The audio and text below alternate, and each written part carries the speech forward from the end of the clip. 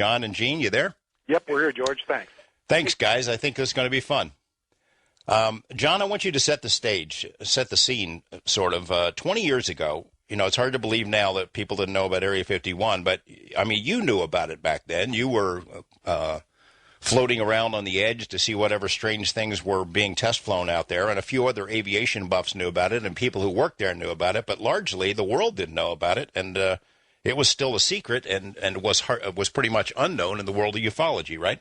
Right. My friends, I had a couple of friends that flew the SR-71, and, of course, I hung around Van Nuys, and every Monday morning, Lockheed would depart with their 3 constellations with all the engineers. This is in the 60s, the middle 60s. And then on Friday afternoon, the 3 constellations would come in all in trail formation and land. And those were the engineers that worked up there. And I never knew exactly where it was, except it wasn't too hard to figure out, somewhere in the Nevada test site. And the way I figured it out is I was doing some soaring out of a little place near Pahrump.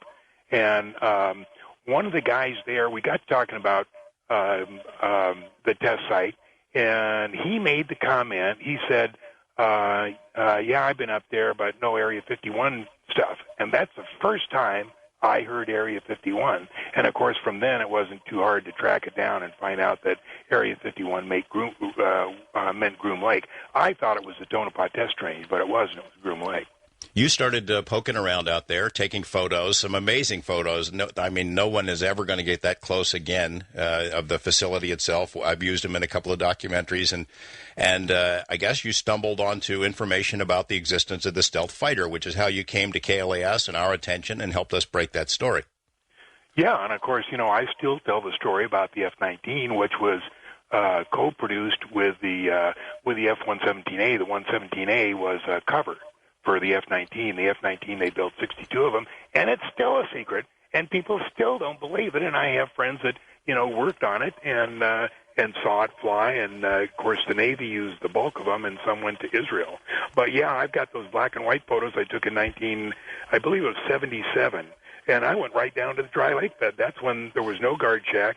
All there was a little booth, but nobody was in the booth, and we could look across the dry lake bed, and that's when I got that picture of the MiG-21 that was sitting outside one of the hangars. And if you go to the site where Special Projects is, they have that photo there, and they said that's the only known photo of a MiG at Groom Lake, and that was my photo.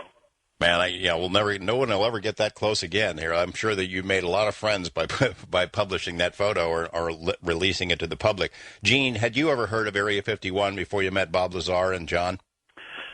Yeah, I saw a young budding telejournalist named George Knapp do a program on it in Las Vegas. But that's the first I heard of it when you did that little local on-the-record television show. You look back at it now, how far this story has gone, how it's changed, and how many people all over the world know about Area 51. It's really hard to remember a time, at least for most people, when it wasn't so widely known, when it wasn't so iconic. Right. When Bob took us out there to see the disc test, not that we necessarily want to jump right in there yet, but it was as desolate as the place could be. We took an RV, and even in a vehicle of that size, we were just engulfed by desert and night sky. There wasn't a light or a human being as far as the eye could see. And after you broke Bob Lazar's story, I would say, about 12 months, there were actually tour buses taking, tours of people out to Area 51 to show them where Groom Lake was. Oh, you saw my stories, but before you had talked to Bob, had you ever heard of the place? No. Wait, Gene, didn't you say you watched On the Record? Yeah. Well, George and I talked about that a year before. Well, that's what I said when I saw you guys on the record. All right, I'll tell you what, guys. I had never heard of it. We're going to take a break. When we come back, I want to get into the story of what you saw 20 years ago tonight. We're going into the break with Sammy Hagar, who can't seem to drive 55. Stay with us, everyone, for Coast to Coast AM. We're talking with Gene Huff and John Lear about what happened and what it started March 22nd, 1989, 20 years ago tonight, when they went out into the desert at the suggestion of a guy named Bob Lazar and watched a test flight of something amazing. When we come back, we're going to get into specifics about what they saw that night and what they think it represented. Stay with us on Coast to Coast AM. Welcome back to Coast. I'm George Knapp, joined by Gene Huff and John Lear, talking about the origins of the Area 51 story, how it all began. Gene, why don't you tell me how you met Bob Lazar?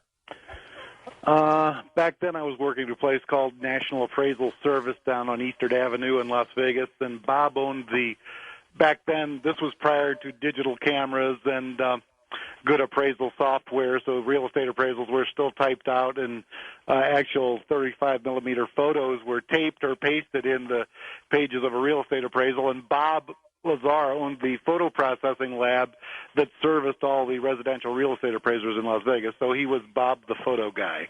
Well, this was before he's Bob the UFO guy. Right.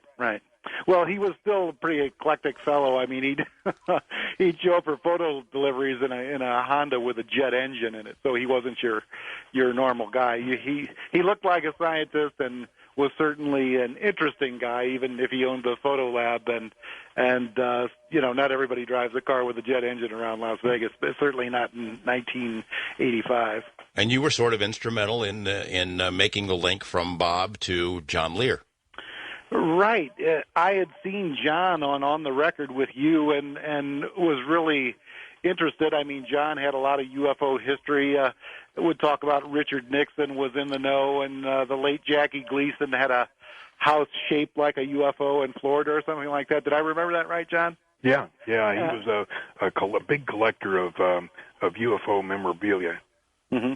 And it's just strange how it happened. I had talked to Bob, and Bob's then wife Tracy, whose father was still working down at Los Alamos. He worked on the explosives that implode and compress the atomic material and atomic bombs. So he actually worked on implosions down at Los Alamos, and so I had first talked to Tracy, Bob's wife, and then she had told me Bob had worked at Los Alamos and he was a physicist, and I started telling her about seeing this guy John Lear on the record and about the UFOs, and he had mentioned that people in Los Alamos were in the know. And when Bob heard that, of course, the first thing he wanted to do was prove that he knew more than everybody else, and that he had never heard about this Los Alamos. But then when he started inquiring to some people with top secret security clearance down at Los Alamos that he knew, he found some substance to some of the things John was talking about on your show. John, you came into the TV station, KLAS TV, where I work, and tried to interest my mentor and friend, the late Ned Day, in looking at a pile of UFO documents. And you had some credibility with the TV station because you had helped Ned and our station break the story about the existence of the stealth fighter out there in the Nevada desert, which was an awfully big story. That was a really interesting day because Ned and I were good friends, and, I tipped him off to this stealth fighter and stuff like that. And when I told him about this flying saucer thing, he blew me off. He said, "It's not possible, John. I would have known. I didn't know you were standing right behind me." And as I started to walk out, you said, "Hey, John, but I want to see some of your stuff." And that's how it all started. And we did a show called On the Record, and one of these shows that airs at like 6 o'clock in the morning on a Sunday that nobody watches, and it's a city councilman would be on, and there's John Lear unveiling his beliefs about UFOs and government cover-ups and things, and all of a sudden the phone's ringing off the hook, and people are paying attention and calling me up, and hey, when are you going to have that guy on again? So we had him on again, had him on a third time. It was even a bigger response, and that's sort of how I got hooked on this stuff, is that I thought, gosh, this touches the pulse of the public in a way that I had never been aware of before. I couldn't figure it out. So we thought maybe we would look into this. And in that third show, John Lear hinted that he might know a guy who was working out at Area 51 on recovered alien technology. You remember that show, John? Yeah. And you called me up that afternoon and said, any ideas on what we can do for an encore? And I said, well, I have a friend that just got canned out there. Maybe he would want to talk. And then you set the whole thing up for that interview. So through Gene Huff, you meet Bob Lazar. And Gene called me, and he said, I'd like to get a copy of all your tapes and stuff. And I said, well, I need an appraisal. And so we traded the tapes for the appraisal, and he brought over Bob Lazar to hold the measuring tape. And Gene and I are talking about, UFOs, and Bob couldn't have been more disinterested. He was rolling his eyes. I mean, he thought this was all just baloney. He just couldn't believe it. He said, "Look, I worked at Los Alamos. If there'd have been anything like that, I would have known."